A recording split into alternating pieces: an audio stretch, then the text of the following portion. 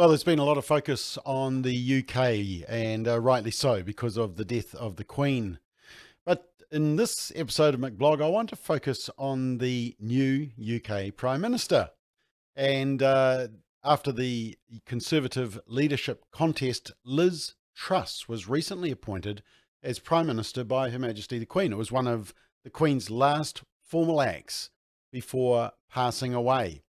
And she took her seat in the Commons in 2010 under David Cameron. I thought, let's check out her voting record. Is she friend or foe?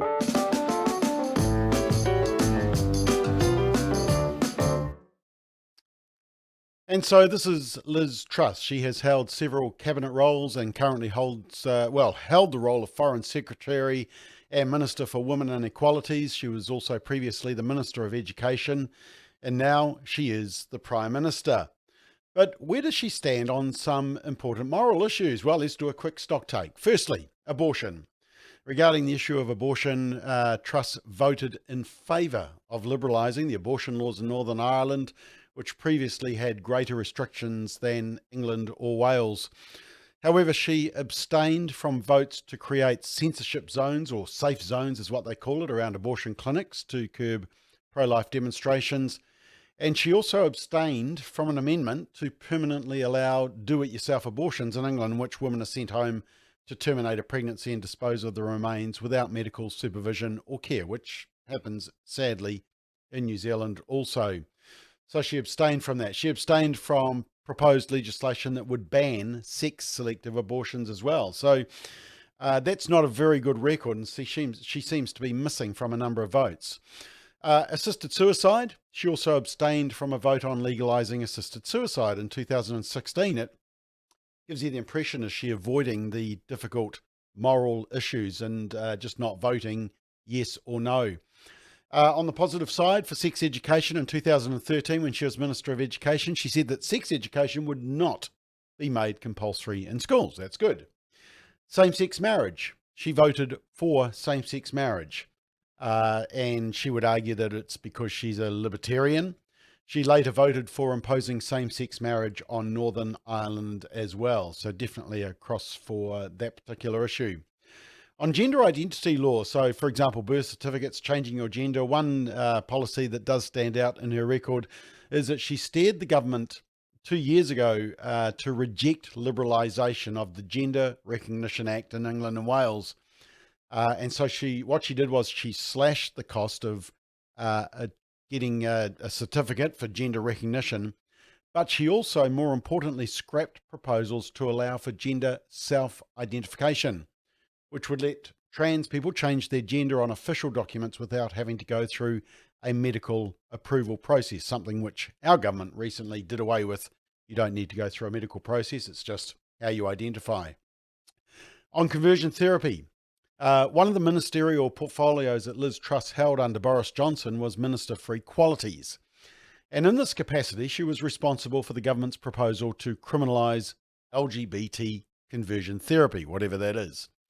And additionally, regarding this ban, Truss believes that such a ban must protect freedom of speech and the ability of adults to consent and the freedom to express the teachings of religious groups. How refreshing.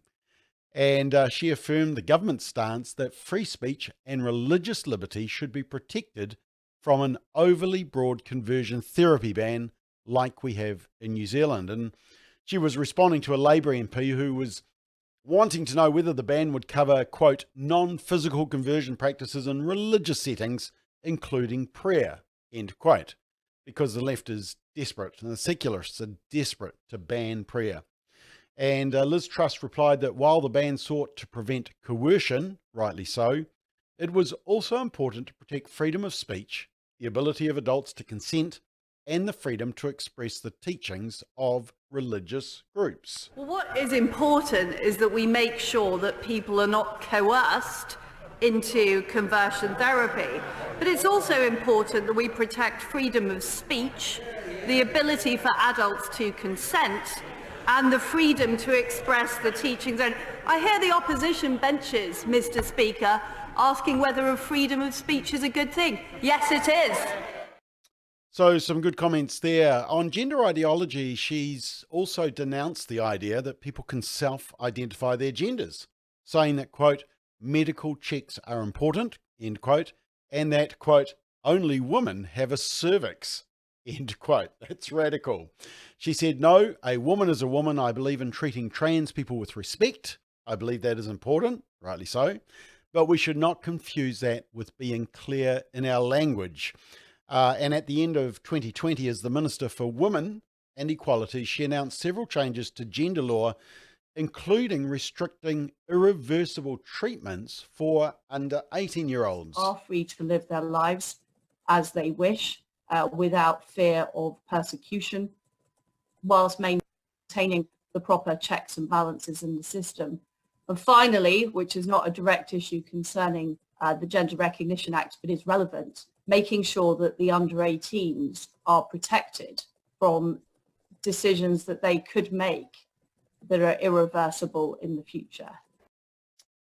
Yeah, good comments. And earlier that year, she told a controversial trans lobby group, Mermaids, that she will continue to protect youngsters from harmful sex swap procedures. And in relation to this, Truss has called for all government departments to withdraw from the Stonewall Diversity Champions program, a little bit like the Rainbow Tick here in New Zealand. But it needs to be seen alongside a less worthy action of hers. In 2021, she was one of the sponsors of the Ministerial and Other Maternity Allowances Bill, which caused a furore at the last minute due to not referring to pregnant women or mothers, but only to persons. And this was after declining to liberalise the Gender Recognition Act. So it seems that Liz Truss wants to have her cake and eat it in terms of the dispute over sex and gender identity. In terms of religious belief, when she was asked about her religious beliefs recently, she said she considered herself Christian, but not particularly practicing. She said, quote, I share the values of the Christian faith in the Church of England, but I'm not a regular practicing religious person. Take that what you will. On free speech and cancel culture, she's made good comments. She's got strong opinions on cancel culture, identity politics, and so-called wokeism. She's urged Conservatives to reject the sum game of identity politics. We reject the liberalism of cancel culture, and we reject the soft bigotry of low expectations that holds so many people back.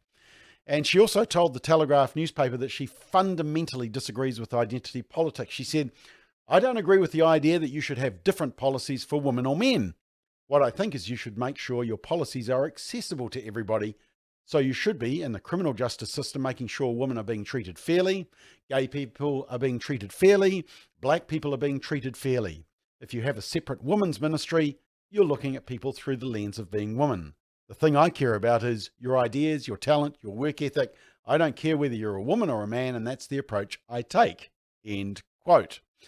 And there was a backlash against a Labour MP who was accused of transphobia for stating that women have cervixes, and Liz Truss said she is right that women have cervixes, but more than that, she's also right to be able to express her view, and I'm a huge believer in free speech, and I think when we try and sort of brush things under the carpet and can't have an honest and sensible debate, that's a huge problem for British politics, end quote.